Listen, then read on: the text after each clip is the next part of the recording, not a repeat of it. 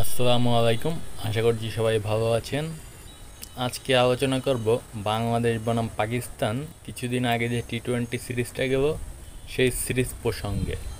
আপনারা ইতিমধ্যে জানেন যে বাংলাদেশের মাটিতে অনুষ্ঠিত হওয়া বাংলাদেশ বনাম পাকিস্তানের মধ্যকার টি-20 সিরিজে পাকিস্তানকে কিন্তু 2-1 ব্যবধানে সিরিজ হারিয়েছে বাংলাদেশ। আর এই সিরিজে প্রথম ম্যাচ বাংলাদেশ জিতেছিল, দ্বিতীয় ম্যাচও বাংলাদেশ জিতেছিল।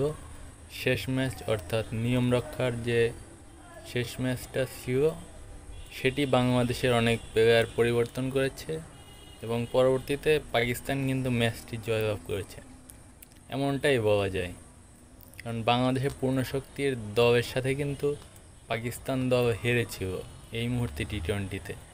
এই সিরিজে একটা লক্ষণীয় বিষয় ছিল বাংলাদেশের বোলিং লাইন আপ। বাংলাদেশ কিন্তু প্রথম ম্যাচে পাকিস্তানকে 120-এর নিচে অল আউট করে দিয়েছে।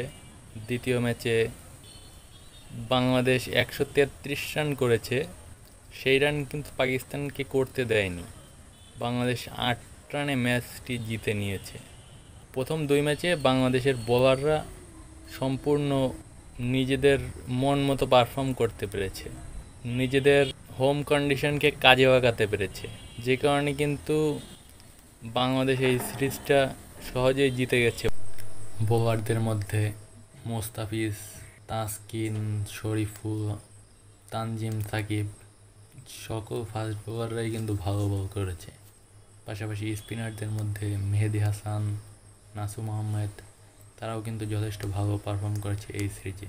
আর ব্যাটসম্যানদের কথা যদি চিন্তা করেন, একমাত্র পারভেজ ইমন এবং জাকের আলী প্রথম 2 ম্যাচে অর্ধশতকের দেখা পেয়েছে। তাছাড়া ব্যাটসম্যানদের মধ্যে কিন্তু বড় তেমন ইনিংস দেখতে পাইনি আমরা। এই সিরিজটা বোলিং ফ্রেন্ডলি সিরিজ ছিল বলা যায়। মিরপুরের পিচে বোলাররা সবসময় সুবিধা পায় বেশি, আমরা এই সিরিজটা তেমনটাই দেখতে পেলাম। সব মিলিয়ে বাংলাদেশ যে পাকিস্তানকে টি-20-তে সিরিজ হারাতে পেরেছে এটাই অনেক বড় বিষয়। কারণ বেশ কয়েক বছর আগেও পাকিস্তান টি-20 বিশ্বকাপের ফাইনাল খেলেছে। পাশাপাশি পাকিস্তান কিন্তু একসময় টি-20 র্যাঙ্কিংয়ে শীর্ষে ছিল।